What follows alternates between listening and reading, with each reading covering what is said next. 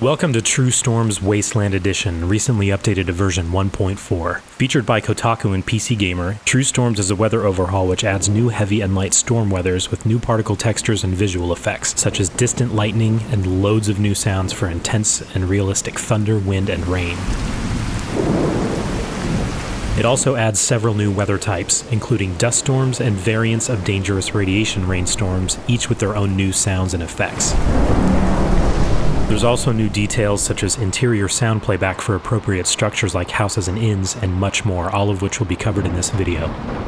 Version 1.4 itself has many new features which will be covered in detail here as well. Those updates include a brand new set of eerie radiation thunder sounds, new heavy weathers for Far Harbor, including thick, deadly radiation fogs, sneak buffs during storms, making it harder for enemies to see or hear you and your companions, dynamic fog and radiation pseudo-occlusion, so fog effects and rads no longer pass through walls of exterior structures, craftable fog/radiation filters to keep blowing fogs and rads out of your own settlement structures, a configurable chance for ghoul attacks during radiation storms, which can be turned on and off completely, a configuration holotape to adjust or completely turn on or off each feature of the mod, and a holotape to view and control the weather. The primary goal for this mod was to mostly keep the feel of the original weathers, but make them much more intense, especially with regard to the audio, while giving each storm their own light and heavy variants for more diversity and unpredictability. The secondary goal was to add more variance and danger to radiation storms in the form of radiation rain, which also have separate heavy and light versions. At the end of this video, I will show full examples of the weathers in action, starting with vanilla rain for comparison. This mod initially began as a sound overhaul, so great care was taken when editing and implementing the sound effects, yielding over 50 new sounds in total. Because these weather sounds can get pretty intense, there are volume sliders available in the audio settings to independently adjust the level of the thunder and rain.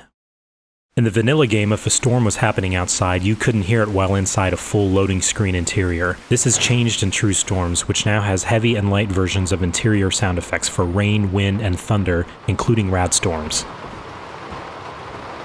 This only applies in structures that make sense, so you won't hear rain and thunder while you're in a subway tunnel or underground bunker, for example, but you will when you're inside of an inn or a house. Visual effects in the Fallout 4 engine, such as heavy fogs, are not blocked by structures the way rain is, making them appear to blow straight through walls. True Storms adds several heavy effects that make this much more obvious, and working around this was the #1 most requested feature from users since release. It took me a few months, but I finally came up with a solution that will turn these visual effects off when you're inside exterior structures and shacks. For buildings you create yourself at the workshop, I've included a small fog filter object you can place on the wall, ceiling, or floor that will behave the same way. This will also stop the constant radiation from rad rains, so you can hide away safely and wait for it to pass. This feature can be turned on and off at any time using the True Storms configuration holotape. When a heavy weather hits, it's pretty hard to see very far sometimes. This gave an unfair advantage to enemies in your vicinity. Version 1.4 now adds automatic sneak buffs to both you and your companions during heavy weathers. You're 10% harder to detect during a light storm, and 15% harder to detect during a heavy storm. This feature can also be turned on and off at any time. At the start of the game, when the player grabs the Pip-Boy before exiting Vault 111, 2 holotapes will be added to the player's inventory: True Storm's configuration and True Storm's weather controller. All of True Storm's effects are off by default, giving the player a chance to safely get to Sanctuary before turning everything on and configuring it to operate how you like. Each of these effects can be turned on or off at any time. The weather control holotape will allow you to view the current status of the weather and change to any weather you like from Vanilla, True Storms, and Far Harbor. Something I've wanted since I first created this mod months ago was a chance for feral ghouls to follow the storms up from the glowing sea and attack the player in waves for the duration of the storm. This is now built into version 1.4 and can be fully configured or turned off altogether using the True Storms configuration holotape. You can set the chance anywhere from 10% to 100%, the frequency at which they will spawn and attack, the total amount of ghouls allowed, which will pause spawning until some of them are killed, and whether or not these attacks are allowed to occur while the player is inside of a settlement. These configuration options allow you to adjust it so it's a very light experience, where you might find 1 or 2 ghouls wandering around every few minutes, or into a full-blown fight for your life as ghouls continue to appear at all sides of the player. You'll know if a ghoul horde is about to attack by the sound of their distant screams and movements. These spawns are cleaned up by the engine automatically when cells are unloaded and do not persist in saves, so there's no worry about save bloating or other issues. And now I'll showcase some highlights of the weathers in action. Please note that video compression tends to severely degrade particle effects, so this will not best represent how they look in game. Your best bet is to just give it a shot.